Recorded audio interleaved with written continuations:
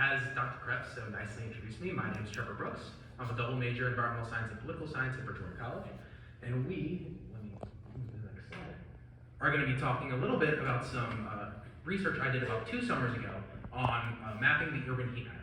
And so without these two gentlemen right here, Jeremy and Keith, this would have just been academic, educational outreach, right? But these guys really helped us, get trees in the ground. So for a second, I'm going to let them introduce themselves before I start talking about, science and stuff. So. Thanks, Trevor. It's been a pleasure. My name's Jeremy Harold. I've been with the city, I was just thinking 18 years. I was with Parks and Rec for quite some time.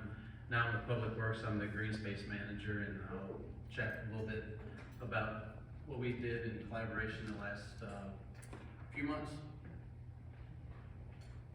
And I'm Keith Thomas. I'm the Sustainability and Environmental Manager for the City of Harrisonburg, and my job is more to connect different programs across the departments in the city and see how we can make them work for our residents as well as our own community. Thank you, guys. So let's talk about what is the urban heat island effect. And so it's this phenomenon where urban centers are hotter than their surrounding world counterparts. And this is because urban centers have a high concentration of impervious surfaces. So, asphalt, concrete, this sort of thing, compared to grass, trees, that sort of thing. And these impervious surfaces, they can heat up hotter than pervious ones, and they can also hold on to heat for a longer period of time. So if you heat concrete and grass up to, let's say, the same temperature, and come back a couple hours later, you will see different temperatures. The concrete will be much hotter than the grass, right? And so this can have a bunch of negative effects in the urban ecosystem, including negative effects on human health. You can have heat-related illness or even heat death. You can have just regular thermal discomfort, which is a really big problem, especially for people that like to go outside, or kids that like to play outside or work outside, that sort of thing.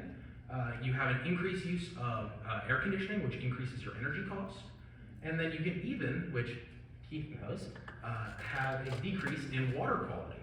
And so, as you have this hot water that runs off into the streams, you have sensitive fish and macroinvertebrates, and they can die really easily by the shock of heat.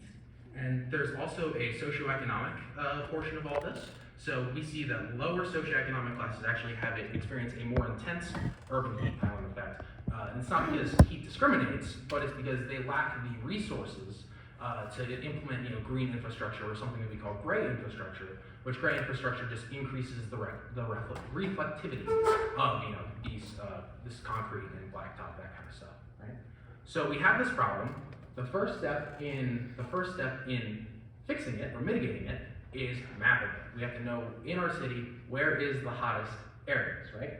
So in the summer of 2021, so about 2 years ago or 2 summers ago, we engaged in a community-based mapping project. And so this was actually a statewide project in partnership with Kappa Strategies, which is a company, and VFIC, which is the Virginia Foundation of Independent Colleges.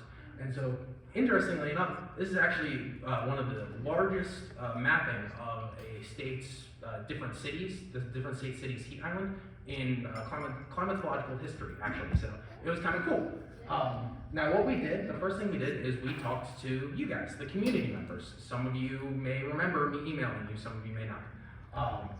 But we asked, when you're going around, where is the hottest parts in the city? And we got a couple different answers. One of the most common ones, if you know Harrisonburg, that big ocean of parking lot by the Walmart and the Home Depot, that was a very popular one, where we're like, it's hot over there.